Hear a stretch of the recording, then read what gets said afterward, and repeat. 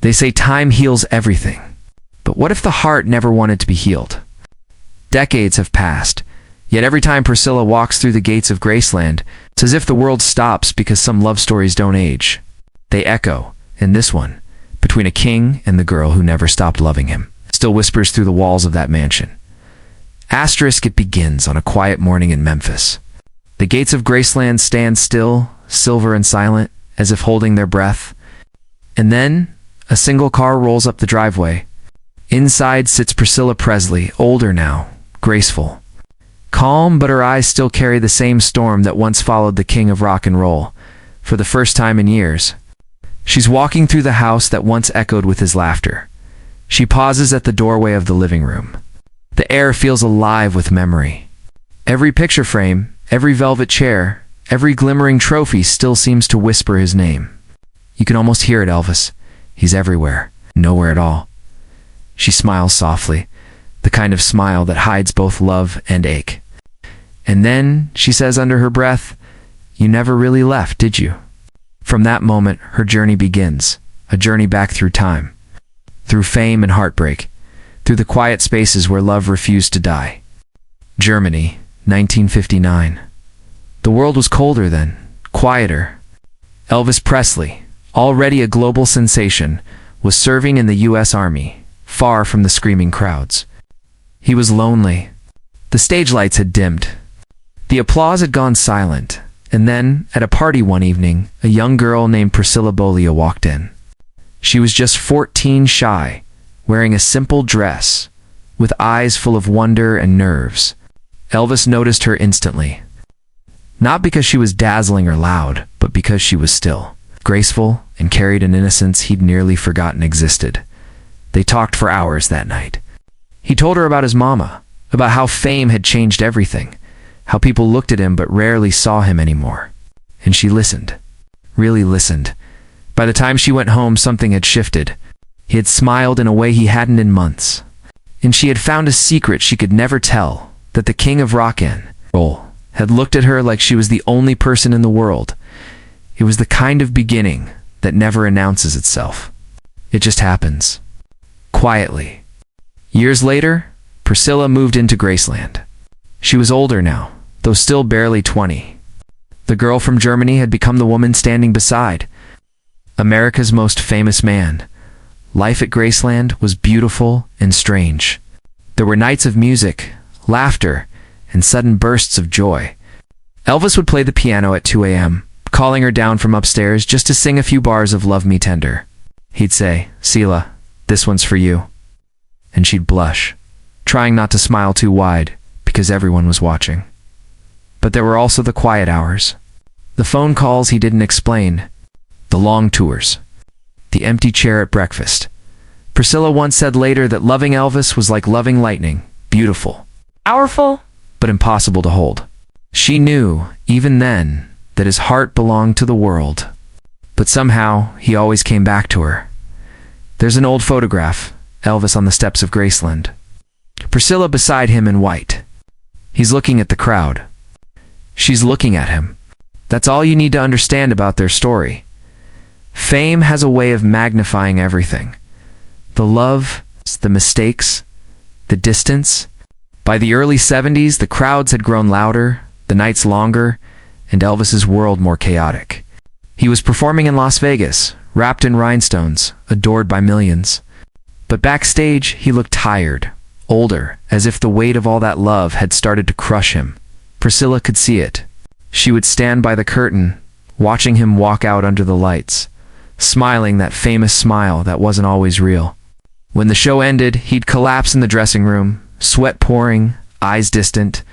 She'd hand him a towel and he'd whisper, "It's not the crowd I miss, it's peace." But peace was something fame rarely gave. Their marriage began to crack, quietly, painfully. She loved him, but she needed to find herself. He loved her, but couldn't stop chasing the noise that made him feel alive. When she finally told him she was leaving, he didn't get angry. He just looked at her, long and silent, and said, "I'll always love you, Scylla. Always." And she believed him, because even through the heartbreak, there was truth in his eyes, raw and unshakable. The news broke like a thunderclap. Elvis Presley dead at 42. The world froze. Millions cried. And in the middle of it all, Priscilla stood in quiet disbelief. She went to Graceland.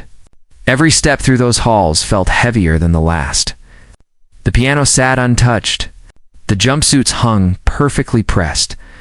It was as if the house was waiting for him to walk back in. She went upstairs to his room, but stopped at the door. She couldn't bring herself to open it. Instead, she whispered, "I hope you found your peace."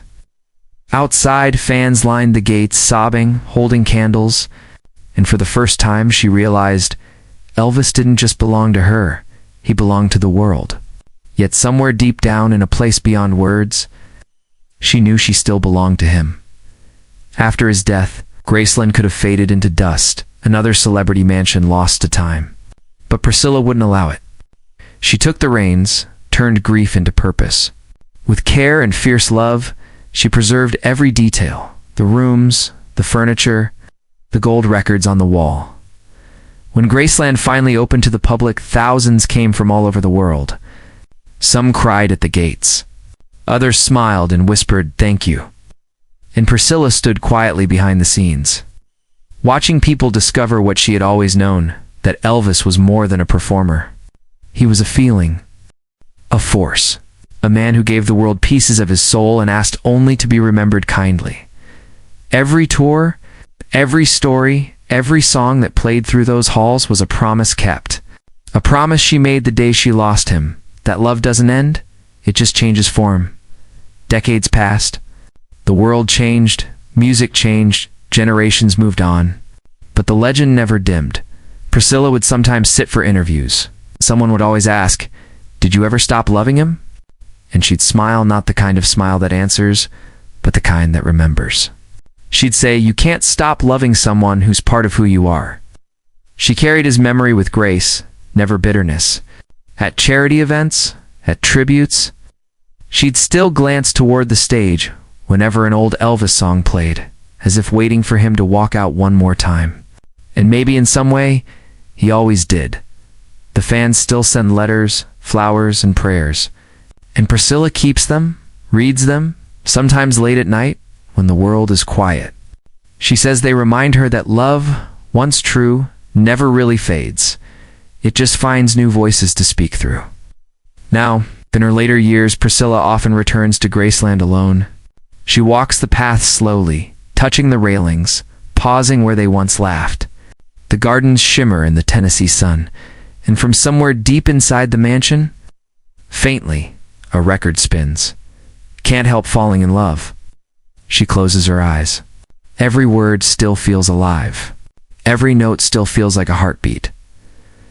Love stories like theirs don't end with time. They echo through generations. Through every song, every whispered thank you. Every candle lit at the gates of Graceland. Maybe that's what real love is. Not the kind that burns fast and fades, but the kind that keeps the light on even when one heart stops beating. And as Priscilla stands at the doorway, looking out at the fans still gathering, she whispers softly to herself, "You never really left. You're still here, just in a different way." The gates close behind her. But the story, their story, keeps playing somewhere between memory and music. Some moments are lightly dramatized for narrative effect. And maybe, just maybe, stories like these remind us that love, music, and memory never fade. If this touched your heart, share it and subscribe for more.